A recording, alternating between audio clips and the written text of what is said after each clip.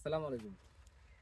আমরা গ্রাফটিং কখন করব এবং কখন করব না, এটা একটু খুবই সুন্দরভাবে জানা দরকার। বিশেষ করে যেহেতু এটা একটি ন্যাচারাল জিনিস, অতএব ভালোভাবে সঠিক সময়ে করা হলেও সবচাইতে উত্তম। অনেক কারণে গ্রাফটিং এখনো সাকসেস হবে না। এর মধ্যে একটা কারণ হলো আপনি যদি সময়টা সঠিকভাবে নির্ধারণ না করতে পারেন। বিশেষ করে যখন অতিরিক্ত ঠান্ডা পড়বে, এই সময় গ্রাফটিং না করাটাই উত্তম। এবং যখন অতিরিক্ত বৃষ্টিপাত হবে, সেই মুহূর্তে গ্রাফটিং করা যাবে না। এই দুই টাইম ছাড়া বাকি যেই কোনো সময় আপনি গ্রাফটিং করতে পারেন।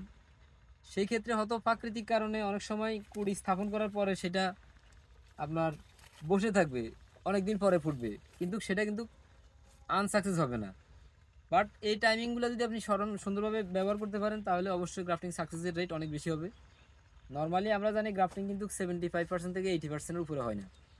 তো আপনি গ্রাফটিংয়ের এই দুইটা সময় যদি এড়িয়ে চলতে পারেন, আপনার গ্রাফটিং সাকসেস রেট অনেক বেশি হবে। ধন্যবাদ। মাল্টি গ্রাফটিং বিডির সাথেই থাকুন।